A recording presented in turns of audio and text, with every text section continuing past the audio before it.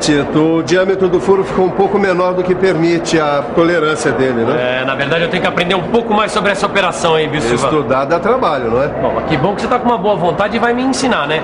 Silva, como é que você fez a medição desse furo em que eu passei o alargador sem usar um paquímetro? É que eu fiz a medição indireta por comparação, Tito. Bom, tudo bem, isso significa... Significa que se deve confrontar uma peça que precisa ser medida a uma outra de padrão ou dimensão aproximadas. Quer dizer que eu verifiquei o diâmetro do furo por medição indireta com este calibrador tampão. Bom, tudo bem, mas em que caso deve se fazer essa verificação? Ela deve ser feita ao longo do processo de produção. Tito, em mecânica nós somos uma espécie de vigilantes das medidas. E para fazer essa vigilância, não existe arma mais rápida do que o calibrador. Sofia, e por que o calibrador é rápido? Para entender isso, você tem que saber como funcionam os calibradores. Os calibradores são instrumentos que definem os limites máximo e mínimo das dimensões que devem ser comparadas na mecânica. E por que eles são tão diferentes? Os calibradores podem ter formatos especiais, dependendo das suas aplicações. Por exemplo, para verificar roscas, furos e eixos. Até que eles são bem pesadinhos, né? É que, em geral, eles são fabricados em aço carbono com as faces de contato temperadas e retificadas. Eles são usados nos trabalhos de produção em série de peças intercambiáveis. Intercambiáveis são aquelas peças que podem ser trocadas entre si, não é? Isso acontece quando as peças estão dentro da tolerância, quer dizer, quando estão entre o limite máximo e o limite mínimo. Ou seja, passa e não passa. Já que você é técnico, vê se eu tô certo. Para a peça ficar entre seu limite máximo e o seu limite mínimo, ela deve passar deste lado e não pode passar deste outro lado? Isso mesmo. Assim dá para saber logo se a peça está dentro da sua tolerância. Tá, mas que calibrador é esse que você está segurando? Esse aqui é um calibrador tampão para furos. É muito simples o seu funcionamento. Ele trabalha como se estivesse realmente tampando um furo.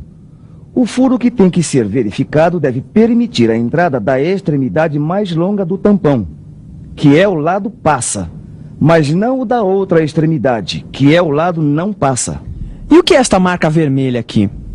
Ela indica o lado não passa. Esse tipo de calibrador é, em geral, usado em furos e ranhuras de até 100 milímetros. E esse aqui, Silva? Até parece que ele vai morder a peça em vez de verificar as suas dimensões. É por isso que ele é chamado de calibrador de boca.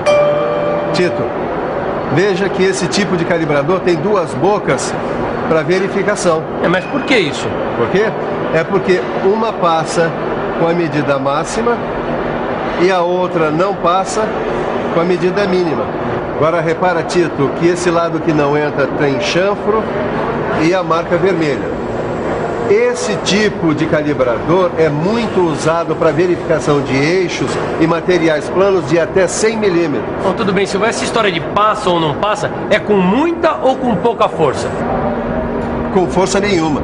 O calibrador deve entrar no furo ou passar pelo eixo com seu próprio peso, sem pressão. E como é que eu faço se eu tiver que verificar as dimensões de uma peça muito grande? Eu vou te mostrar. Nesse caso, é melhor usar o calibrador de bocas separadas. É como se fosse um calibrador separado em duas partes, é isso? Ou melhor ainda, separado em duas bocas com dimensões diferentes, onde um passa e o outro não passa. Sabe, Caio, os calibradores de boca separadas são usados para dimensões entre 100 e 500 milímetros. E existe algum calibrador que seja indicado para verificações mais rápidas? Por exemplo, no caso de uma indústria produzindo a todo vapor? Claro, são os calibradores de bocas escalonadas. Eles também são chamados de calibradores de bocas progressivas e foram projetados para fazer verificações com maior rapidez. Repare que o eixo deve passar no Dmax, que é o diâmetro máximo, mas não deve passar no Dmin, que é o diâmetro mínimo. Ele é usado para dimensões de até 500 milímetros. Tudo bem. Para dimensões de até 500 milímetros, né? O profissional de mecânica usa esse modelo aqui. Mas e no caso da gente precisar fazer uma verificação de uma dimensão interna? O que usamos? Bom, neste caso usamos os calibradores chatos.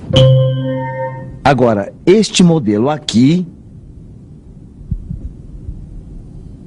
também chamado de calibrador de contato parcial, é ótimo para verificações de dimensões internas na faixa de 80 a 260 milímetros por causa do seu peso.